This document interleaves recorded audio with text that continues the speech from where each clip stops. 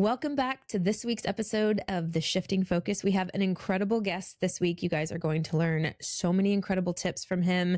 He is Andrew Eng. Andrew is a licensed acupuncturist. He's a motivational speaker, and he is also a holistic health coach. He has many tools and many facets to help get you out of pain, and he's here to share some of those tools with us today. Andrew, welcome. Hi, thanks. Tell us a little bit about yourself. Tell us your story, how you got into healing. How I got into healing? Well, it all started when I was 18 years old, and I was in chronic pain all over my body, and there was no one who could really help me. There was no advice that people were giving beyond put ice on it, take ibuprofen, train through the pain, wear a brace. It was the same thing whether I was talking to the trainer from school or whether I was talking with my friends who were elite world-class athletes in the martial arts tricking space. They all said the same thing. Just train harder, just keep doing it. And I wasn't able to reach those upper echelons of training where I could do that. I was a regular guy who gets hurt and doesn't want to keep training when it hurts. So that's what started everything. And that's why I'm here. Thanks for having me on. Of course. I love that you said put ice on it. How often in the beginning of our relationship did you tell me just to put ice on things? Well, I was telling you to ice things because you would complain about them hurting. But Rice. Exactly. Ice, compression, elevate. I think that's common. I think everybody hears this, and physical therapists say that. And so what did you find helped you, or what were you in chronic pain? Maybe we should go back. What was causing the chronic pain for you at the age of 18? Well, in the beginning, I was playing a lot of sports in high school. I played water polo, wrestling, and swimming. And then towards the end, I started getting into parkour, martial arts tricking. So yeah, I was jumping around back before it became really popular in America. This was like maybe 2 years in when it came here. And I was jumping around a lot, just pushing myself to the max because I was really strong from training. And then I got into doing martial arts tricking, which is a form of acrobatics mixed with martial arts. Got some breakdancing elements, capoeira. It's like a mixture of everything. Comes from the, what was that? Brazilian arts. Yeah, exactly. And I do jiu-jitsu now, Brazilian jiu-jitsu now. So it's interesting how much my life has shifted to the Brazilian arts space. So you have a lot of movement in your background, it sounds like. Huge amounts of movement. I definitely have always loved moving and running around. And so that's kind of the whole point of this thing is I loved movement, got injured to the point where I could no longer move. And then as a result of that, combined with the teenage angst of high school, just in lots of emotional turmoil. So how can I continue doing what I love to do, which was training, running around, having fun with my friends, if I'm in tons of pain? And then it turns into a pain fest. Everyone's just talking about how much it hurts, who has the worst injuries, and it actually starts turning into a competition of whose injury was the worst. Whereas I'm trying to promote a culture of who healed the fastest, right? Oh, I got injured yesterday, but it's already done. Let's keep training. Let's get back to it. And I think that's a more empowering place to be from versus, everybody identifying and becoming friends with their injuries as longtime partners. So basically, how did you realize that you need to heal yourself instead of just cover the pain? Because, being in America, we are probably the biggest at indulging painkillers and acetaminophen. And like you said, the Advil and Motrin. So what? Band-Aids. Yeah, we put Band-Aids on everything. How did you realize you need to find the core issue instead of just cover the symptoms? Because it wasn't working. I just realized I tried it. I tried it for so long, pushing myself to the max, doing that, taking tons of ibuprofen, wearing braces. It just wasn't working. The pain kept getting worse and worse. And the pivotal moment was when I was teaching parkour class to kids. And afterwards, I had a literal pain in my ass. I'm walking around holding my butt like, I don't know how to get rid of this pain. It hurts. The parent of one of my students said, "Hey, you ever tried using a ball?" I said, "No, I never tried that. What is that?" So she gave me a ball and had me lay down on the floor where it hurt. And after a couple minutes, I got up and the pain was gone. And it blew my mind because up until then, I thought that pain was just this thing that you had to deal with and live with forever, and there was no way to get rid of it. It was just part of life. But yet here I experienced in an instant that the pain could be removed, not by an external source, but by me. I thought, wait, I have the power to do this? I can do this? I already love training. I'll just take the training mindset, which I can't do right now because I'm injured anyways, and I'm just going to do the same thing for healing. So I think a lot of people think, I want to just keep pushing and pushing, and I don't want to sit around and do nothing because I'm going to get bored. And that's a very common thing that I hear. But I think for the types of people who love to push and continue going at a high pace, just take that mentality and apply it to healing. Healing isn't resting and doing nothing. My version of healing is active healing. Attack each injury as if it were a goal on your to-do list. First the shoulder, now the elbow, now my hip hurts, now my back. And you just keep going after it with the same intention and focus that you would either your sports and athletics or your entrepreneurial ventures. Yeah, because I mean, when you're young, like you said, you just want to get out there and do the activity or start training or play a sport. Were you ever preventative where you spent as much, intention on that sport, but beforehand at like stretching and making sure your body's ready for it? Or were you just jumping into it like everybody else? Just jumping into it. I was part of the regular sports system where maybe we kind of stretch a little bit here and there. Yeah. Get in a circle, move your arms. All right, let's go do sprints and kill each other now. Exactly. It's way too basic. So we view self-care and taking care of our bodies as a throwaway concept. And it's just starting to gain traction of like, oh, maybe we should pay more attention to this. But we put most of the focus on what we're actually doing, whether it's the athletic event and we put everything into that, or if we're a healer, we put everything into that. But the self-care side is the, whatever. I know I should do it, but it's not as fun, so whatever. What I propose is that we elevate self-care, since it's a necessity, to a high level, to the same degree, if not more, as anything else that we do. For example, you can eat to survive, and you can eat cereal forever just because you get it done, or you can eat something really tasty and it tastes great. Self-care is the same way.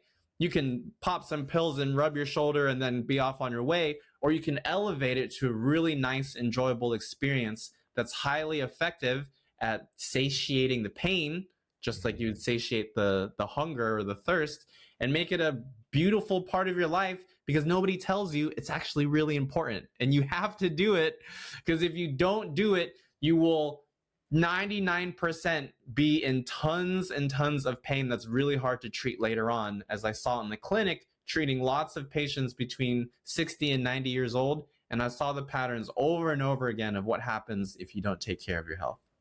Yeah, we treat our bodies, just like our brain plays tricks on us thinking we can just go out and do it. You find out the hard way when you get older that you can't do the same thing or bounce back. But we're just these meat suits are just our vehicles. We don't check under the hood or put, like you said, the proper nutrition. We can't just throw crappy gas in a car and expect it to run. But here we are with our cereal expecting to bounce back and not take care of our engine. Exactly. That's what happens. And it drives me nuts that we can be so technologically advanced and advanced in so many different ways. Yet for some reason, this idea of taking care of our bodies is at like a zero. We learn the food pyramid and the digestive system. That's all I learned from school. Maybe do one or two stretches here. The food pyramid was probably a little upside down too. The ones we're getting taught everywhere. Exactly. That wasn't even right. Yeah. And to go kind of deeper on what David was saying, do you find that a lot of the clients or patients that come to you, are they more looking for that quick fix, like just make me feel better so I can get on with my life? How do you transition the pattern and the mindset of people to say, hey, this Band-Aid that you're putting on things isn't long-term. It's going to, like you said, Tin Man, or everything's connected, the shoulder, the elbow, the hip. You're eventually going to start shutting down if you keep ignoring the signs. So how do you work with clients and patients' mindsets to get them out of that quick fix, American way, medicinal, going to big pharma concepts? Yeah, it's really through education. And it's easier when I'm dealing with the patient one-on-one, because as soon as I put my hands on a person, they instantly relax and go, oh, this guy knows what he's doing. This guy knows what he's talking about. So now the challenge is, how can I produce that same level of trust and understanding with a global audience without the ability to massage them or do acupuncture or energy healing to get them to that place from, I always say, work mode or go mode is the opposite of healing mode. They're both necessary, but there has to be a balance, because we're trained to just be in go mode all day long. Trust me, I love go mode as much as anybody, but in order to enjoy go mode to the fullest, to be able to use oneself's abilities to 100% without being hindered by pain, healing is a necessary component. That's why I do it. I didn't get into healing because I thought healing is something interesting and I want to do it. I did it out of necessity, because that was the only way that I could keep training like I wanted to and be mentally and physically happy and healthy. It was the only way. So for me, it's really a survival mechanism, but I've taken, why just survive when you can flourish and thrive? I love that. How to optimize the body instead of just settle for Yeah. crumbling. Like, you go to a massage therapist and they say, well, you have to come back multiple times because those tension pockets have muscle memory or whatever, lactic acid memory, and they keep coming back. But in my mind, I think, why do they keep coming back? I'm obviously holding my body in a certain way that's allowing that lactic acid to build up. So is there something I can be conscious of on a daily basis to where that lactic acid buildup doesn't continue to happen? Because people don't, we like the quick fix, but we also don't want to rely on something forever. So what could that look like for a client coming to you? Yeah, perfect. Great question and example of what this is all about, because I came across the same thing too. Giving someone amazing treatment, they get up off the table and are, wow, this feels so great. I feel amazing. I have no pain. And then they come back the next week. Oh yeah, it's all the way back exactly how it was before. And then when the pattern happens over and over again, okay, it's not the treatment. It must be something that's happening in between. But sometimes people don't perceive it as the thing that's in between. So then the blame then goes on to the practitioner. Oh, your treatment wasn't good enough. It didn't last long enough. But then I have to educate and ask some examples. Well, what about this? What about this? And then we start seeing, when we are mindful about what's actually happening, oh, there are things in between that are causing this pain. Super simple examples being neck and lower back pain, the two most common things that you see all the time. So if your neck is forward like this, I mean, when you do this, the whole back side of your body has to tense up to keep you from falling over. If I relaxed my body, I would fall over onto the floor. And so in order to stay upright, your body is holding tension constantly. And that tension and misalignment is what causes that pain. Even things like washing your hands by bending at the waist, that over decades of your life is how this pain creeps up into the 10 out of 10 range. And so by the time you're 70, 80 years old, all of a sudden you have this pain that came out of nowhere. And then it's really hard to break that habit of bending from the waist everywhere. Whereas if we had the education early on, it wouldn't even be a thing. That issue wouldn't even exist in the older age if we took care of it early. And to do this, I use a 3-phase strategy I call HAM: heal, align, and move. Really easy to learn. So in the example of, oh, I feel so good after I get healed, that's the heal phase, because it's hard to get into the right posture when your body's all tight. So you get healed either by someone else or you do it yourself to open that window. I call it the window of opportunity. You open up. And then 2 is align. You have to align your body, because if you go out of alignment, the healing goes out the window. And then 3 is move. After you've healed and aligned, you have to learn how to move in the proper alignment. Because if you get aligned for a second and then go right back to the habits like this, that's what also undoes the treatment. So it's the 3 together to heal, align, and move, which is how you can have long-term results in your health. So you go ham and then you get better. You got to go ham. Hard as a different one. Yeah, Heal, align, and move. I definitely agree with that though, because I feel like some people, like they've said they have that like sciatica or back pain that goes down their leg. And then you see they have like a wallet that big that they sit on every day, and they're in the car hipped up a little bit, like little things people don't think about the things that are probably adding to the problems. Or if their lower back hurts and it's like you have a really weak core, maybe do a little lower back workouts in between your treatments. I don't know. Is that something that would probably help? Yeah, exercise is incredibly important.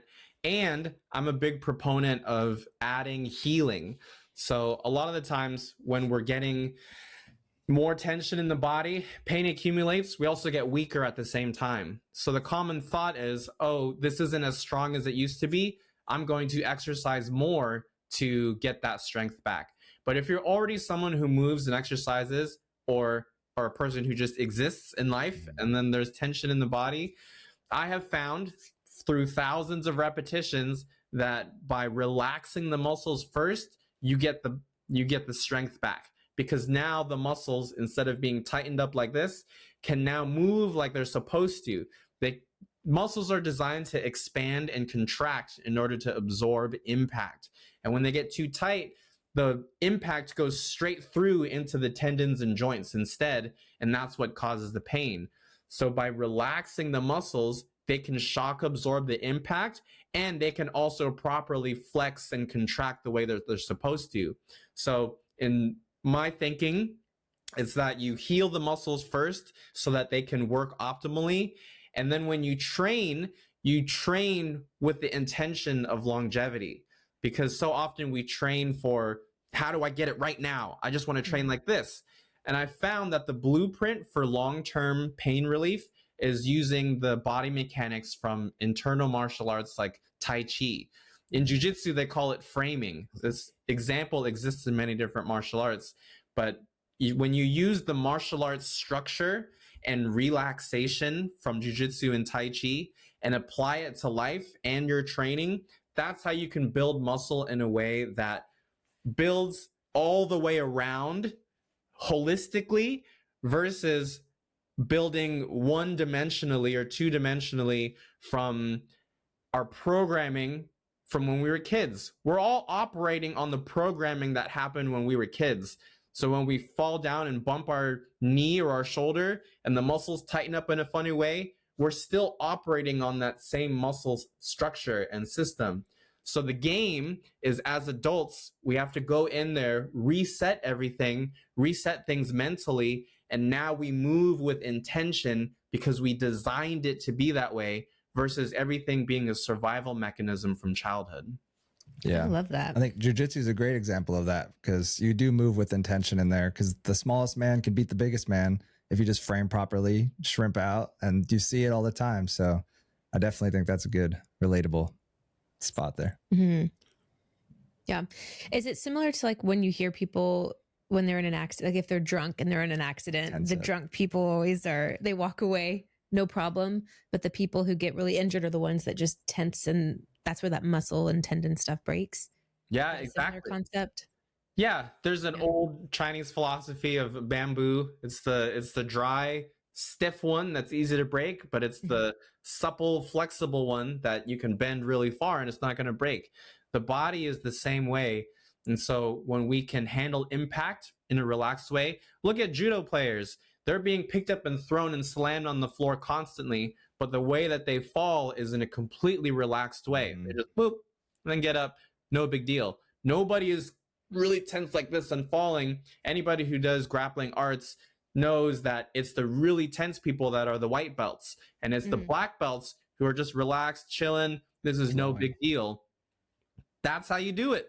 And so apply that to life mentally and physically, and that's how you can be pain-free for long periods of time. And I know people are going to say judo players are injured everywhere and jiu-jitsu people, but that's just because there's too much emphasis on training and being the best and not enough emphasis on taking care of your bodies so you could train forever. I really like this cut. Would you want to add something? I said, be like water. Yeah. Exactly. Bruce Lee said. Yeah.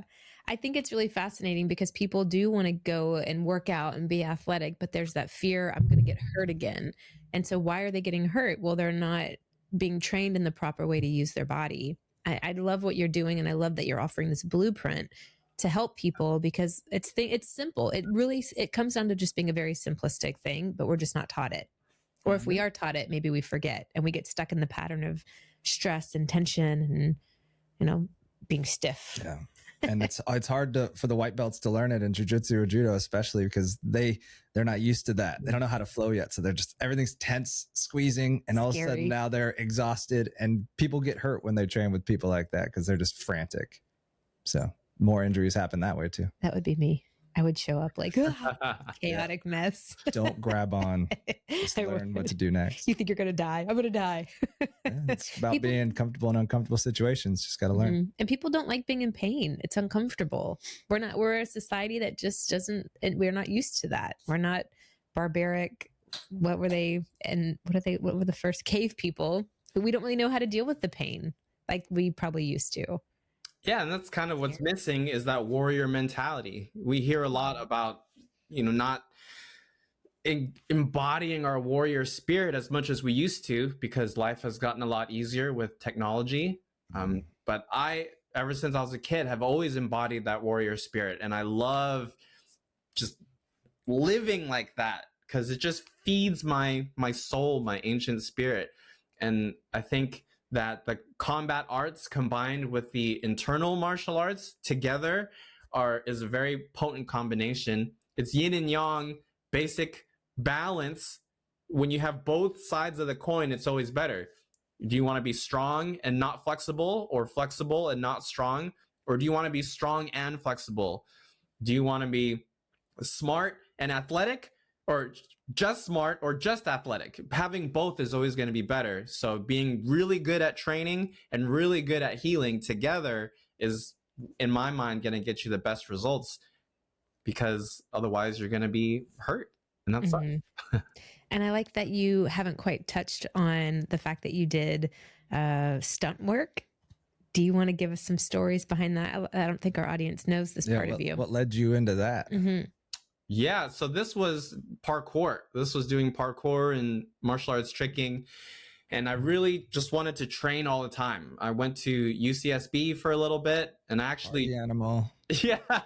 Well, actually, I love... La Vista and DP, getting crazy out there. You California boys. I was actually more in the training mindset. So I experienced some of the party life, and I thought, this is cool, but I really love training. I just want to train all day long.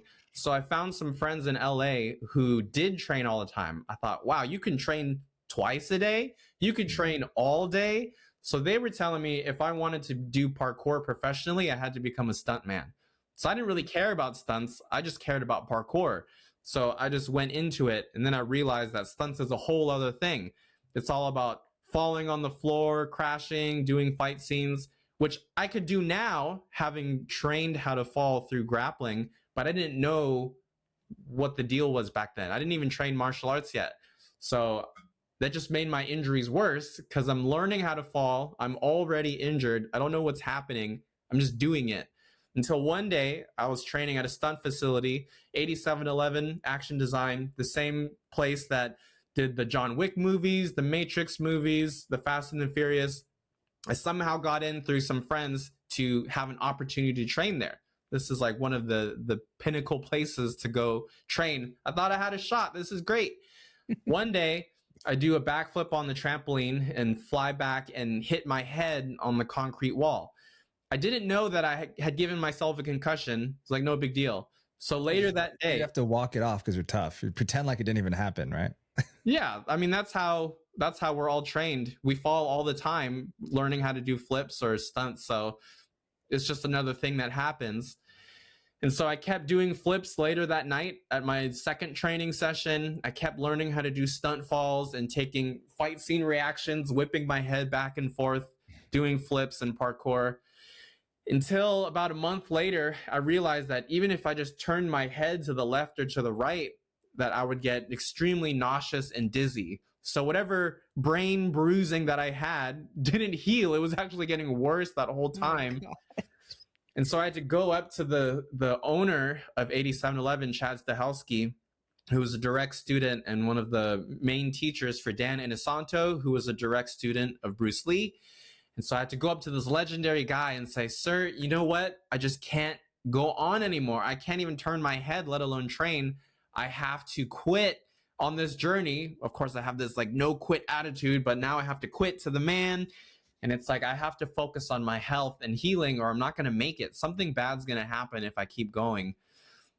And on top of that, he told me, I don't care what kind of tricks you could do. I just need you to fight and fall. And I was like, whatever. I don't even know what that is. So I'm going to go this other way. Yeah, because being a stuntman is like, you have to do all the action and stuff, but you don't get to be the hammer much. You have to be the nail almost every time, right? Most of the time. Are they teaching you how? They teaching you how to fall properly, or was it just get up here and fall? A lot of it is expected of you, but then when they teach you, they expect you to learn extremely fast and to do repetitions like crazy, because they're operating in a very high stakes, high competition environment. You have to be on point. You have to, because if you're taking too many takes to get it, it costs production a ton of money. Everybody has to be in sync. And then if you have pyrotechnics and things, you want to get the take as soon as you can. And then if you have actors involved, highly famous celebrities involved, you don't want them doing it over and over again because they're going to get upset. So they expect the best of the best. I'm lucky I got an opportunity to go in because parkour was new at the time. And so, this guy knows how to do parkour. Cool, we'll give him a shot. But now it's even more highly competitive where everybody knows parkour and stunts. And I didn't learn how to fight and fall until after I already left. So life is funny that way. If I knew the skills that I knew now, I believe that I could do it. But I'm already on a different pathway. So it's just a beautiful time that I tried it. And I think my skills are best suited on the stage as a speaker and as a former professional dancer, moving and performing in that way versus falling, which I don't really care to do unless I'm training. Man, so much respect to guys like Jackie Chan who just do it all, huh? Mm-hmm. Their own stunts. They have that new stunt movie coming out too. Oh yeah, you see the Fall Guy yet? I haven't seen it yet, but I've got a bunch of friends in there. Actually, the main stunt double for, who's that? Ryan Gosling. Ryan Gosling is this guy named Ben Jenkins. He used to stay at our place. He's like really good at video games and parkour, legendary freerunner guy. Really good at Call of Duty.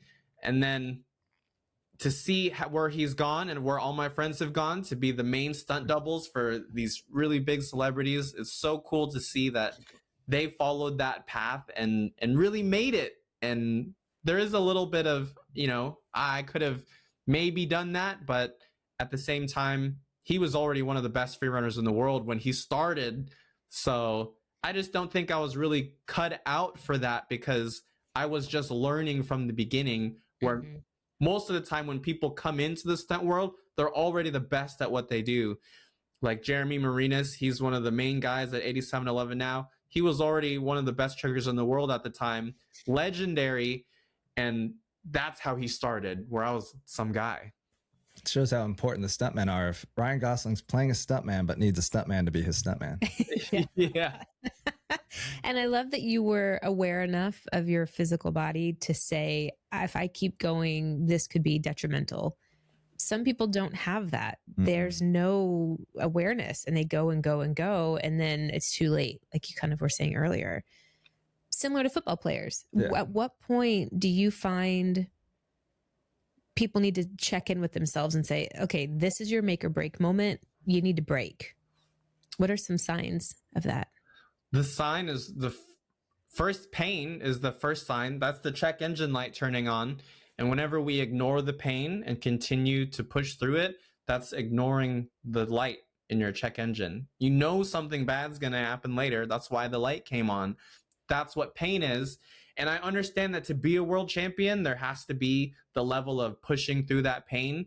But for people who are not world champions and who just want to train for fun because they like it, which I think is the majority of people, I think this pathway of healing is going to make more sense because it lets you get there. And for the world champions, I believe that by healing, you're going to be a better world champion without having to deal with all those injuries. So to answer your question, it's pain. And before pain comes tension. And before tension comes soreness, a little bit of aching. So we are not trained to understand the language of the body. It's as if you only ate food when you were absolutely starving, and that was the only time you ever ate, was when you haven't eaten in weeks. But if you're like, I'm a little bit hungry, I should probably make something and prepare because I know I'm going to be hungry later, just apply that to your pain. Oh, this feels a little bit sore right now. I'm going to prepare for this, so because I know it's going to get worse later. But we are not taught this as a fundamental aspect of human life. We just know to eat food, drink water, and go to sleep when you're tired. And even those three things we don't even do. So there's this whole backwards world, this clown world for health, and we need to be in a different mentality where, okay, all of this stuff is really important, and if we want to be the best we can be in every aspect of our lives, we have to prioritize our health. Yeah, I think that no matter how people feel about him, LeBron James is going on like year 21 in the NBA and in conversation as the GOAT, because he just came out the other day or like a year ago and said every season he puts over $1 million in just recovery and healing. And there's a reason why his body is just optimized better than everyone else's and still going. No, not many people can do that at all. So I think that is truth in what you're saying. He's investing. He obviously has the resources, but he invests in that as much as his training to get better at basketball, which is cool. Exactly. And if you look at a person I really look up to a lot, David Goggins, My man. Stay hard. ultra marathon runner, former Navy SEAL, Army Ranger. If you read his book, spoiler alert, he goes through crazy stuff. But at the end, he reveals stretching is what kept him from dying. So this man stretches 2 hours a day. If David Goggins puts that much effort into his health and healing, come on. Is there any better example than that? That guy's the man, and he prioritizes his stretching. Who's going to carry the boat? Who's going to carry the boat? I love him. I really, he is a psycho. I know, but I love his mentality, because he's just go. I mean, I'm a go kind of person, and similar. I'm probably your perfect ideal client, because I don't know when to stop. I push through those moments. Like, I think I was with some girlfriends a couple weeks ago, and they're like, "You need to go. You don't look like you feel well." And I'm like, "I'm fine. I'm fine." And they whip out a thermometer. I have 103 temperature, and I'm just sitting there like, "It's fine." So I don't listen to those moments. I wait for things to be really bad until my body's like, "Okay, no more." I mean, I'm aware of them as they're happening. I'm aware. I just don't take action to give it the attention it needs until I'm at that breaking point. And then I cry and I'm like, "Okay, it's bad." And then I'm fine. That's embarrassing, but that's my pattern. It's a pattern for a lot of people. And I think it's very common. And it's a testament to how amazing the human body is, that we could go a lifetime before these things get so bad that we can't just push through it. But there's a better way. There's a way to optimize it so that you can really live a pain-free life. I've maintained a pain and injury-free body for over 13 years now. A lot of people don't believe me when I say this, but it's true. This isn't that I don't experience pain or injury. It's that I know what to do when it happens, and I don't let it keep going. So during my white belt phase in jiu-jitsu, I was getting injured all the time because I didn't know what I was doing. I was just learning. But because I've learned this thing already, I've done this already, every time I got injured, I would stop and then put all my focus into healing, heal it as fast as possible until I get back to baseline, and then get back on the mats and train again until my technique developed enough where now I can push on the mats, but I'm not getting injured anymore because I know what I'm doing. So the same thing applies to everything. As soon as you feel the pain, stop, fix it, and you'll be back on the mats sooner to train than if you were just dealing with it and slowly your performance is getting worse and worse. Watch my shoulder, watch my neck, watch my knee, be careful. That's a disservice to you and your training partners who want to go because you didn't take care of your injuries. That is so common, which she doesn't understand. But yeah, how many guys, it's like try to avoid my left knee, it's a little banged up, or there's always that excuse. And then they'll go for yours like immediately. Yeah. Well, could you walk us through an exercise that we could do right now, and maybe our viewers can can do without giving away too much of your blueprint? Yeah, super simple one that I did at Secret Knock, a great personal development seminar conference, was for the neck. So an easy one is you take one hand. Well, before we do this, let's test it. Just move your neck side to side like this.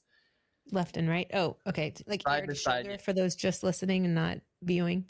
Yeah, ear to shoulder. You could also look left and right. You could also move your head forward and back and just feel and notice where the tension is. Where are there Everywhere. blockages in your range of motion? And if it's everywhere, then that's your sign to do something. Just like if you had a rash all over your body, you'd be like, oh, I should probably do something about that. As it's growing and getting worse, pain is an internal rash that you can't see, but you can definitely feel it. And it will spread if you don't take care of it. So if that is a better visualization for people, that your pain is an itchy rash, then maybe that'll help. Anyways, now that we've tested our range of motion, now just take one hand and put it on the side of your neck.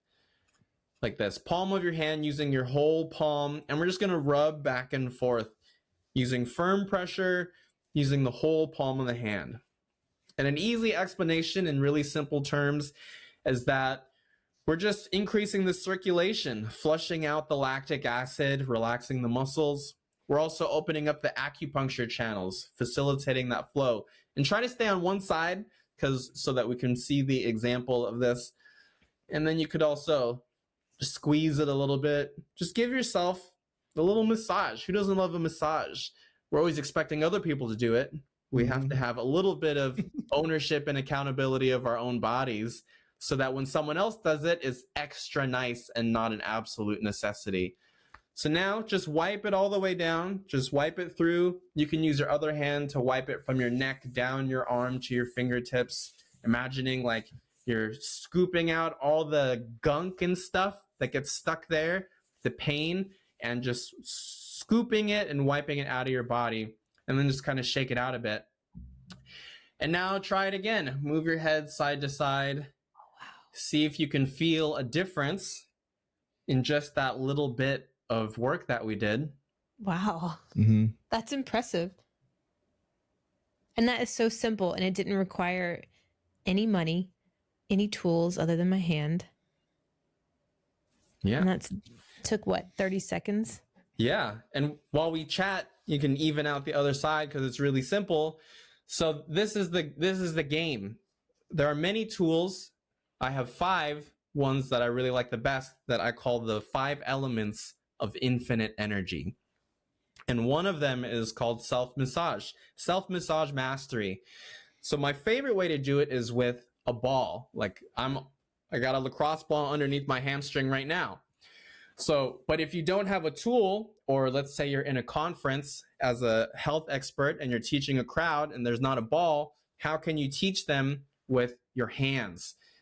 So there's no excuse to not have healing. When you learn what to do, you have this skill for life, and you could do it at any moment. Whether it's 2 a.m. or 6 on a Sunday, you will always have access to healing. Hear that? You can rub my neck any time of the day. I don't think that's what he was saying. I think he was saying you can rub your neck. You can rub my neck. You. You. You can rub your neck. That's right. I Any can. time of the day. And you can rub mine That's as true. well. I can. Yeah. You're so far away. Yeah. Okay, T-Rex.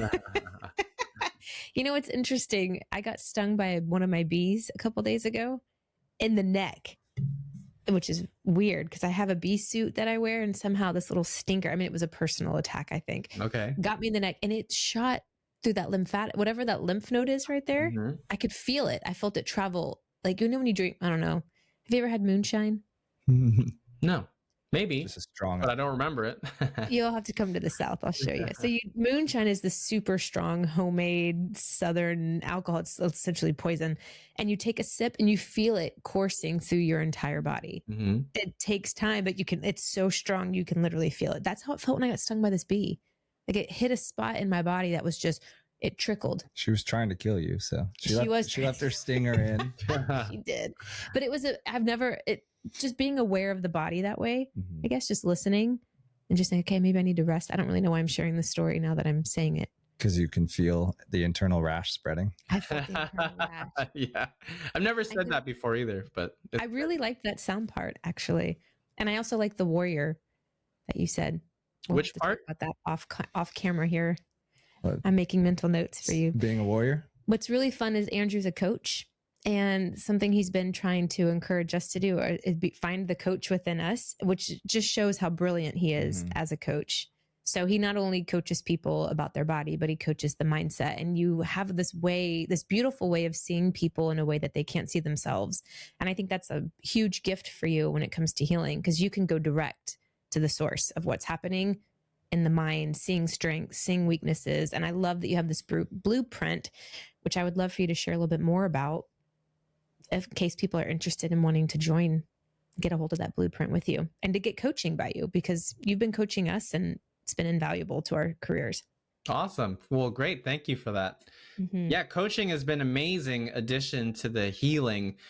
My coach is JJ Villar. He is a fantastic guy, also former professional dancer. He used to choreograph for J-Lo and Pitbull. He also choreographed for the MJ1 show for Cirque du Soleil in Vegas. Cool. And now he is a Tony Robbins Platinum Partner. He's on his first Platinum Partner trip out in New Zealand right now. He's a senior leader in the Tony Robbins space and has all these other communities that he's part of. One that he's introduced me to is Secret Knock, which is led by Greg Reed, personal development OG from back in the day, from the Napoleon Hill Foundation for Think and Grow Rich. And I learned that personal development is a great tool that goes with healing. It's like a new form of holistic health that people don't think about. It's like a separate thing. But I could heal someone all day long, but if their internal belief systems are such that leads them into a life of pain, well, then the healing just becomes another form of medication. You're now reliant on getting the treatment over and over again. And even if you teach someone how to heal themselves, without the mindset component, there's always going to be that recurrence of pain and tension, because the body and mind are connected. So when we have pain in the mind, it will lead to subconscious pain in the body, that tension. There's always this linkage together of, when I'm upset in some way, I tense my body like this. And when the mental thing is gone, that tension will bring it right back, because the two are anchored together. And so releasing the physical part makes it easier to release the mental part. And when you do both together, you can have actual freedom, the path that leads to a form of spiritual enlightenment, whatever you want to call it. But it's that inner peace of, I'm not thinking about my physical pain. I'm not thinking about my mental, emotional pain. I'm not thinking about the doubts and limiting beliefs that I have that stop me from moving along the path that's truly meant for me. I can just exist as I am, as a human being, in full contentment, in oneness with the universe, with whatever spiritual thing that you're into, nature. This is how we do it in this pathway, which is to heal the body, mind, and the spirit, so you could just be happy. Don't you want to be happy? Could you give an example that somebody could maybe relate to on that state? Like maybe they're in this pattern, they don't recognize it. What's a common pattern that you see people in that they could just be aware of it, release it? Yeah, a common pattern is identifying with our pain, whether it's emotionally or physically. So I hear a lot of people say, like, this is my tendonitis. The doctor said I have tendonitis, so that means I have tendonitis, and I'm the guy with tendonitis. Oh, you could heal that, right? Yeah, but I got tendonitis. It really affects me. And so I would suggest maybe attempting to release that identity that this pain is you and it's part of you. It's just something that's happening to you temporarily, and you could choose to keep it, or you could choose to heal it and release it. The same thing applies to our minds. I'm stressed out. I'm sad. I'm angry.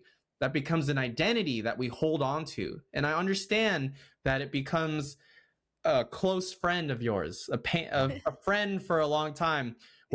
was on my recent ayahuasca ceremony. That was a strong message that I got. I started to facilitate these plant medicine ceremonies with my friend Jack Liang, another amazing guy, led the Stop Asian Hate movement, raised tens of millions of dollars for that, works with Andrew Eng in crypto, amazing guy. At this retreat, I took the pain from my life and released it into like a log, put it on the fire to symbolically, burn the pain that I was holding on inside and let it return to the ether.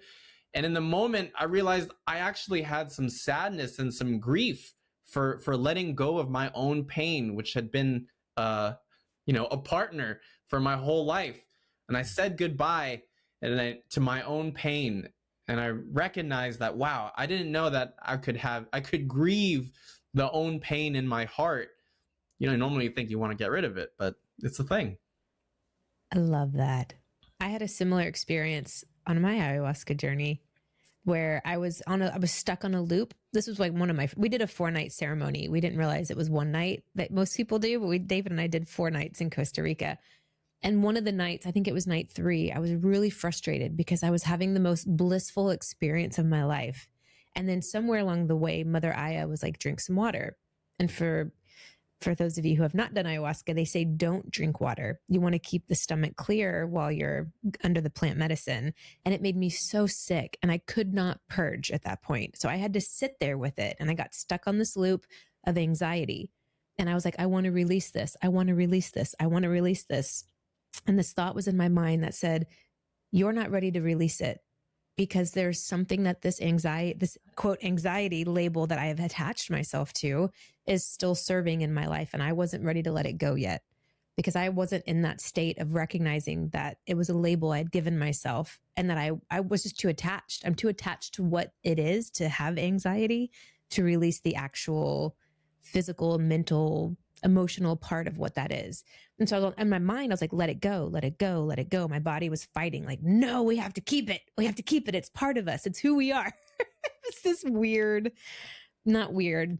It was a beautiful experience to recognize exactly what you're talking about, how we become what we say we are and we hold on to it.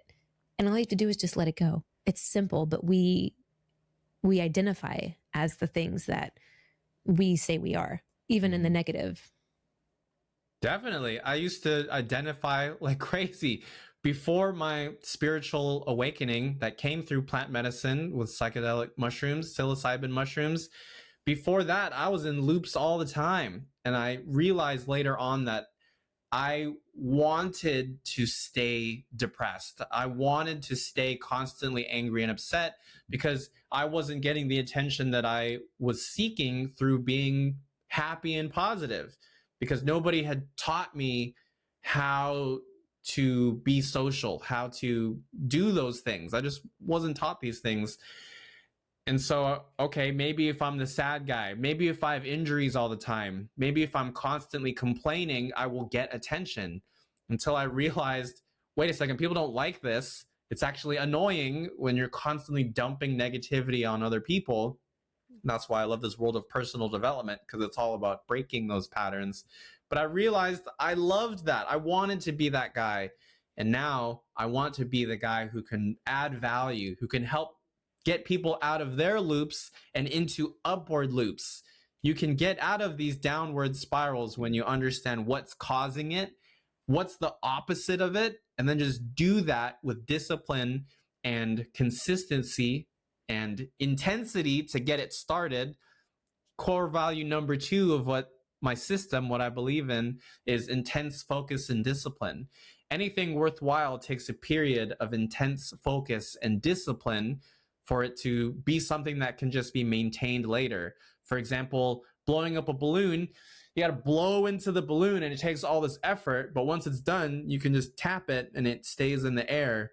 The same thing applies to whether you're learning jiu-jitsu, whether you're learning how to heal yourself, or whether you're starting a business. This is a universal principle that applies to everything. And so when we have that thought, I don't want to heal myself because it's hard. I don't want to exercise because it's hard. Yes, it will be hard until you can maintain it. And then it's fun. And when you understand that that's the game, then the hard part is the fun part. And now everything's fun. Why don't we just get addicted to feeling good in a healthy way instead of being addicted to making ourselves feel bad because we just identify with it?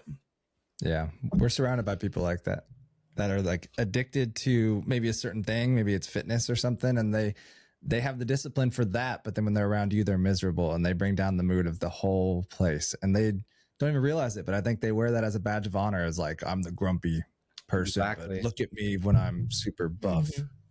Like, yeah, but you're ruining the actual interactions with everyone right now. Can you please smile at least? Yeah. Yeah. And I think we become that becomes who we are. And who are we without that? Who are you if you're not depressed? Who are you if you're not miserable? Who are you if you're not anxious? Who are you? And I think the fear on what that looks like on the other side of who you are is really, it's terrifying for a lot of people. What is it if I'm successful? What is it if I'm happy? Will I get what I want? Oh, I don't want to get that. I think people always talk about having a fear of failure, but I think the fear of success outweighs the fear of failure, because it's not the failure part. That's okay. We're used to that. It's, what does this look like? This is an unknown territory for a lot of people. So they stay in the space of comfortability, of misery and uncomfortability. Misery is comfortable probably to some people. Yeah, to a lot of people, probably to all of us in some form or fashion. Oh yeah. We all have a sense of that. But then when you're around it with someone else, you see it and you're like, oh, I hope I don't act like that. Well, people are our best mirrors. We get to see ourselves in them. And so what we see in people either reflects who we are currently, or a version of us that we don't want to go back to, or a version of somebody that triggers us. And so just being aware of that. And that's, to me, that's the hardest, most insulting thing, is when I'm like, oh, this person. And then I'm like, wait, it's me. Yeah. I'm like, ooh, that burned. But it's beautiful. That's why being around people is so much fun, if you can look at them as lessons instead of dividing and saying you there, me here, because really it's just us. Yeah. But like you said, it's a shift of mindset, because I'd rather, if it's me and I think I'm right all the time, I think everyone should change to be around me. But in reality, it's like, if you're the only one doing it and you're making everyone miserable, maybe you should start self-reflecting a little here. But that requires awareness, which Andrew is a beautiful person. Hire Andrew for some ham. For some ham. Yeah. This is why coaching is so important, is because you need that person to hold you accountable. You need that person to see from an outside perspective and to give tools to guide you through it, because they've already been through what you've been through. Like, my coach has helped me so much. He's like ninja. Like, I knew this was going to happen. I knew you were going to go through this, but I just didn't say anything because I'm guiding you through it. So I love helping people. I love coaching people through their tough times with pain and emotion. Ever since Instant Messenger came out with AOL, I was coaching people in middle school, just like helping people with their problems. So what was your screen name? Death Fox 8. I'll say it's never a normal. Mine was DJ Playa 44. It's always something silly back then. I love it. Andrew, what do you think has been the biggest lesson for you along your journey of pain and healing and helping others? Well, the biggest lesson is that you could do it yourself. That's amazing. Imagine if you never knew that you could eat something without someone feeding it to you, or you never knew that you could get a glass of water unless someone else did it for you. The same thing applies to healing. Once I learned that I could do it, that changed everything. Now I had the power where I always felt powerless growing up. Not because of anything bad. It's just my mom was a little overbearing and she just never let me do anything. No, I'll do it. No, I'll do it. You know, you're going to mess it up. And so I remember even as a kid taking a back seat in my own life. Like, oh, well, I might as well not try because someone else is just going to do it for me and they won't even let me do it. And so when I learned to reframe that and wait a second, I need to step into the driver's seat of my life. And all of a sudden, everything starts getting better. My relationships, my health, my finances, everything got better once I sat in the driver's seat. And I think this is common in personal development. And it's what I want to bring to the world of holistic healing, which, as you said before, is so steeped in, well, why don't you just come by 3 days a week so that we could solve this problem for you, or take this pill and this surgery and that surgery forever. And now people, it's a type of enslavement. It's like health enslavement. We talk a lot about economic enslavement. The same thing is happening in health, and nobody talks about it. There's not much talk about, why don't we teach people how to heal themselves so they can be free? And then when they go to get healing treatments or go to take medication or surgery, now it's icing on the cake. Now this will actually be beneficial. The surgery will work. The medication will work. The massage, chiropractic, acupuncture, it will work when you do the in-between work. And this is the missing link with everything, the same way that personal development entrepreneurship teaches, hey, you gotta be an entrepreneur if you wanna be rich. They don't teach you this in society, but they're starting to on that side. Now I wanna be one of the pioneers and innovators on the side of holistic health to wake people up, show the path of freedom, and help everybody live long, happy lives. But it's 2024, you know, self-responsibility is pretty rare to find nowadays. True. Do you think it's that people just don't trust themselves, that they look trust outside of themselves to have somebody else be their savior, as opposed to saying, I have all the tools within me to get the same results? I think it's all propaganda. The same way that there's a lot of people who feel disempowered and feel like they need to rely on the government for everything. It's like, who told you that? It was the government that told you that you need to rely on them. Who told you that you needed to rely on the healthcare system? It was the healthcare system. We need to be our own thinking people. And so this requires those of us who are willing to step out and say, hey, wake up. Wake up. This is not real. The life that you are living is an illusion. People have been doing this for ages. You know, the Buddha trying to wake people up from the wheel of suffering. And this is a different way. And so how can we do this in a way where the powers that be aren't going to try to shut us down? My belief is by showing that there is benefit to this other side. One example I love to use is with Monsters, Inc. Have you guys seen the movie Monsters, Inc.? Mike Wazowski? Yeah. Spoiler alert for anybody who hasn't seen the movie. So you can skip past this if you haven't seen it yet. But I think they should have seen it by now, if not. I have met people who haven't yet. But the idea that, you know, at the end they switch from scream to laughter because it's 10 times more powerful. Well, right now we live on a sick care system. It's not health care, it's sick care. Mm-hmm. Wait till you get sick and then we'll help you. And so the powers that be that are controlling all of this, like, well, we want the money and the labor from people by keeping them small and in pain. But if I can help shift the system to show that, okay, if what you guys care about is money and labor output and control, how about keeping people healthy with an actual healthcare system will make the world more money. There will be more labor output. And you know what? If you care that much about control, people will be easier to control because they're actually happy. And so this is the way that I hope to help shift all the problems that are going on in the world and the obvious corruption that is everywhere is by through this lens of healthcare, of empowering people and showing the world, look, this is fine. It's okay. We can be healthy. You guys can be rich. We can all be rich. It's fine. That's the problem. I love everything you're saying. The problem with the medical industry is the fact that if you're sick and helpless, then they think they need you for the help. Mm-hmm. And at the same time, everything you guys talk about, ayahuasca, psilocybin, pharma can't patent a natural plant as a medicine. Therefore, they can keep making synthetic things. So there's no money at the end game when it comes to plants, no matter what it is. Yeah. So we got to help to innovate and pioneer a new thing that works in conjunction with that. Because for optimal stuff, there's always going to be something that happens. People are going to get into car accidents. They're going to have injuries. There is a necessity for medication and surgery. But my belief is, why don't we let the specialists of things be the specialists and then just go deeper into making better medication, to having more advanced surgery, because the other aspects of regular pain and stuff is going to be taken care of by the holistic healers.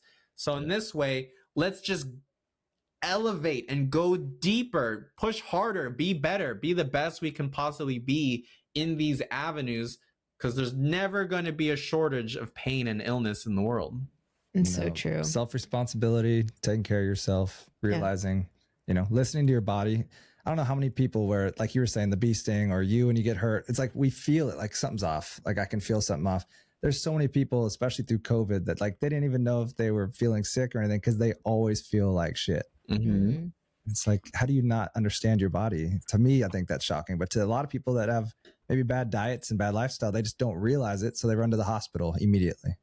We like to have a more holistic naturopath style of living.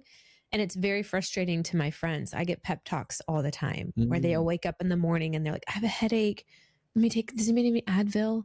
They'll come over and ask us if we have guests, and we're like, we don't have any of that. Sorry. And I'm like, well, do you want maybe some salt in your water? Maybe you're dehydrated from drinking a bottle of vodka last night. Yeah. Let me give you some electrolytes. And they're like, this doesn't work. Or they're like, I have heartburn. I'm like, can I give you some baking soda instead of some Pepsid or Alka-Seltzer? And it's immediate. They have immediate results. And they're like, wow, I can't believe that worked. And I said, well, don't be taking Advil if you have a headache. Figure out why you have a headache. If you're waking up every morning with a headache, there's a reason for it. Don't just do it because you don't want to feel the pain. Figure out what's going on and then do that. Now, I guess it's the same thing. You're putting salt, which is a replacement of something, but either way. No, but your body needs a mineral, so you're going for it. It's a lot different than taking an Advil. Yeah. Or Motrin. And speaking of that, I don't know if you have any insight. This is going to kind of come off topic, but what do you think about the supplement world? Supplements or vitamins? Vitamins, supplements. I've been having this weird feeling lately that maybe we're being sold this idea that our bodies can't give us the nutrients and supplements and vitamins. So we have to constantly look outside. And it wasn't until I walked through Costco and Sam's Club the other day and I looked at these aisles of supplements and I thought, is this another part of the game to tell us that our bodies can't produce what we need naturally in water, in food? So you're thinking vitamins and minerals, not supplements like creatine or something. Well, even that. Well, creatine's in a red meat, so there's a lot of ways to get it naturally. But even then the protein that they're giving you tons of it to where your kidneys can't process it anyway. So I don't know. I don't know if you had any perspective around these topics. I've just been feeling this intuitive thing lately and wanted to see if you had some insight. Yeah, probably. But I think there's benefits to everything. Just like if you need surgery, I can't sew someone's arm back on for them, but a surgeon can. So there is a time and place for things. I think it really just depends on what kind of person you are.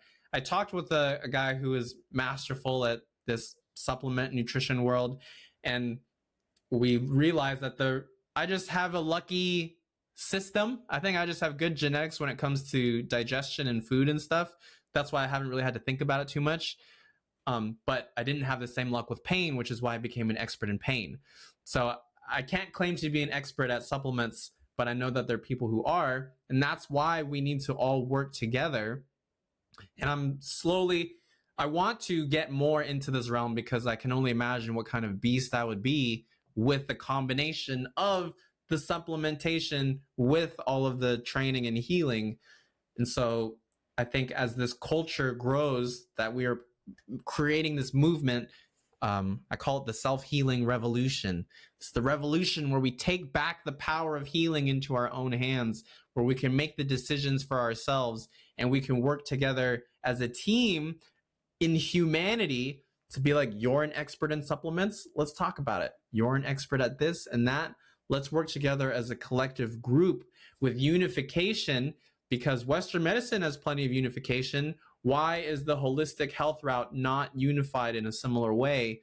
I think it requires some strong leadership, but by personality style, I think the holistic side is not as leadership driven as the other personality type. And so by being a see both sides type of person, I'm going to take what's best from this realm and what's best from this realm and then create both, which is why I started learning about business, entrepreneurship, marketing, and sales when I just wanted to be a guy who taught people how to heal themselves. Crap, you got to learn both if you want to be super successful. But the concept that we're being pushed now, that we don't have everything we need. Well, that's been forever. You're talking about like if you're vitamin D deficient or something like that. Similar, yeah. Or you have to take this because this will help you with it. But it's like, what if, are we being sold the idea that we don't have everything within us to get what we need? We have to take an outside. Well, as Gary Brecka said, vitamin. there's a lot of parts in our world that we take in that's making us deficient in things that we do naturally get, but now we're depleting them, which See, is I why wonder you if want to that's true. supplement it in. I wonder if that's true though. Like our water is dirty, our food doesn't have nutrients from the soil. Is this another part of the plan? Well, go drink tap water for a month and let me know how you feel different from our RO I system. grew up drinking out of a hose. Yeah, Come but on. you had a natural spring. It's a lot different. This is true. This is true. But now, there's just so many things. It's so hard to keep up, and I think that's where you are such a wonderful soul to have in the world right now, because you can shut it all out and just say, get back to the roots, get back to what it is that you need, and you help people identify that. Yeah, maybe you need vitamins. Maybe I need Jesus. Maybe I need vitamins. I don't know. But again, I'm a proponent of healing the body, because if you don't tune the body, it won't be able to accept the supplements.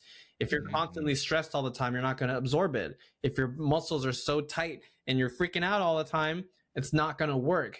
That's why I still believe that the self-healing component of relaxing your muscles, being flexible, energy healing, having proper posture, and training like a beast still is going to get you the best results in all other areas of life. Because I'm tired of this idea that healers are not athletes.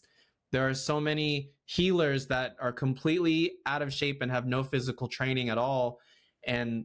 But I think that's why we're not really taken seriously a lot of times, is because why I'm not going to learn about health from someone who's not healthy.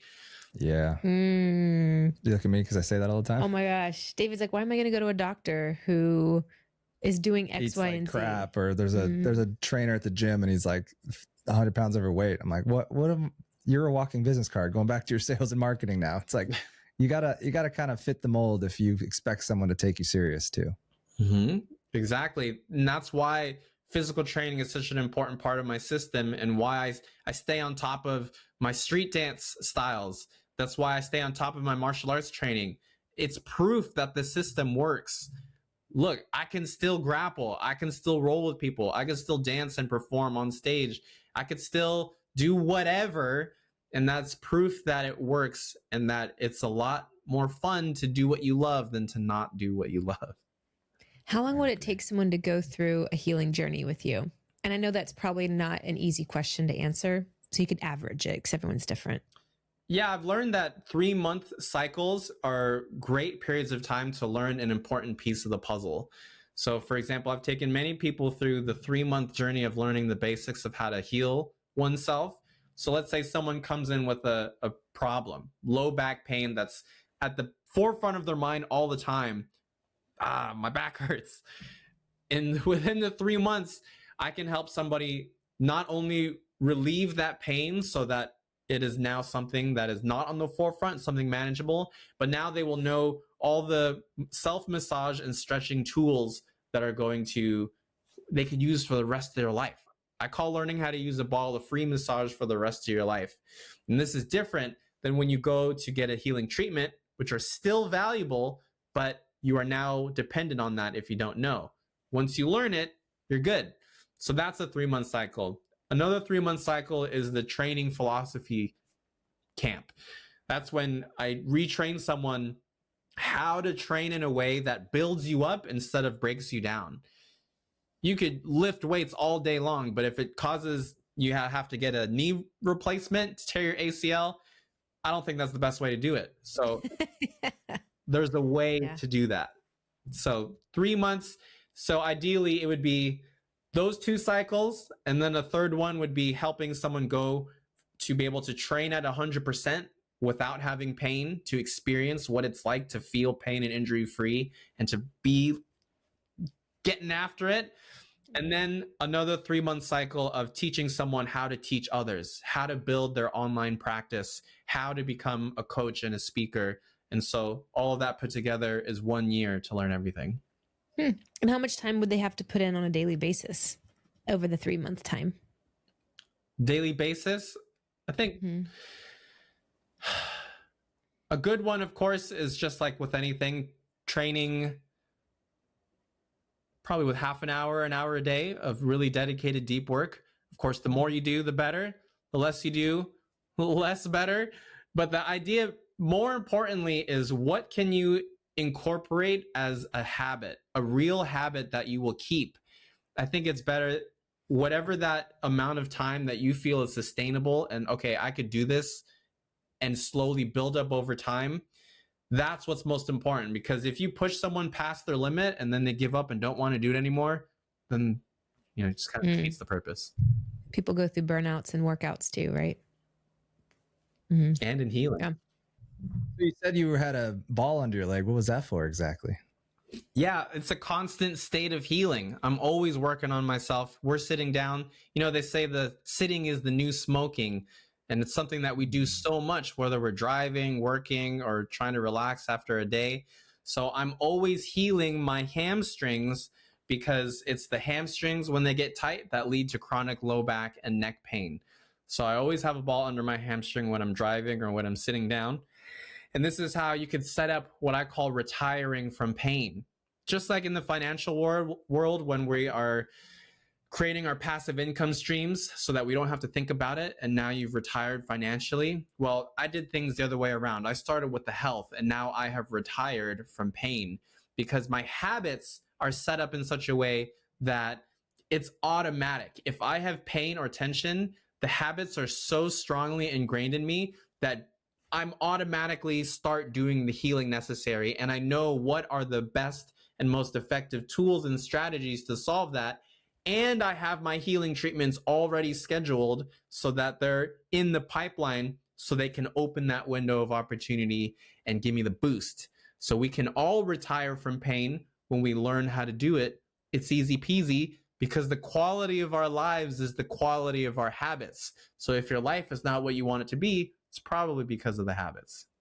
So if you little passive healing on the side. If you put a ball under the hamstring while you're sitting all day at the desk, does that open up the hips? What would be the benefit of having a ball under the hammy? So the cool part about healing is that everything is connected through the muscle system and through the acupuncture meridian system. So I have the ball under my hamstring because it's an easy place where I don't have to do much. It's just there. How can we make it easy? People are always thinking, I don't want to do it because it seems like healing is difficult. It's easy. It's exactly what you're doing now, but put a ball. I'm also channeling energy through my body. I'm also stretching here and there. I'm working on my posture. I'm exercising by activating the right muscles versus the wrong muscles that will cause pain. So I'm constantly healing all the time. But to answer your question, by putting the ball underneath the hamstring, it opens up the chain. So if you look at a picture of the acupuncture channel called the urinary bladder channel, or UB channel, the chain goes from your foot through your calf muscle, through your hamstring, through your back, and the paraspinal muscles, the ones that go next to your spine, all the way up to your neck, all the way around to the front of your head. So by working on one part of that channel, I'm opening up the whole chain through my back and my neck. And so there are easy ways that you can hit the right spots that will do almost everything at once. So once you learn the map, it's easy, because when you look at the body at first, it looks like there's so much body. What do I do? I've got the blueprint, I've got the map, and I could show it with you, and it will save you a decade of time to learn it from the source itself. So you don't have to get pricked with 1,000 needles to do acupuncture. You can do it with a ball under your hamstring. That's the idea. There are so many powerful points in the hands and the wrists and the feet, but I don't want to get acupuncture there. My style, I do the fleshy parts that are least likely to have pain, and if absolutely necessary, I'll do the more painful ones, versus the way it's taught in school, which is do the painful ones first, and I didn't like that. But with the ball, you can activate the acupuncture points and get the benefit of deep tissue massage and acupuncture at the same time, which is why it's so amazing to have tennis balls, lacrosse balls. But I'm coming from it from the perspective of a deep tissue massage therapist and acupuncturist, versus most of the times massage ball is taught by physical therapists, chiropractors, and yogis. It's different. They're coming from a different perspective, which is good, but I also believe that I've put in more time than anybody else. that I've just put in a lifetime of dedication, not only how to learn the skills, but also applying it at a high level, either professionally dancing or doing acrobatics or doing jujitsu. I'm not just a person who heals oneself. I'm a person who applies it and trains as hard as he can. And I'm definitely going to try that because my hamstrings I feel the tightness. I'll put my legs out during this interview and just like be stretching my legs to get the hammy loose. So I'm going to going forward, I'm going to put a little softball, lacrosse ball under there. I didn't say a softball. You meant like a soft ball? A softball.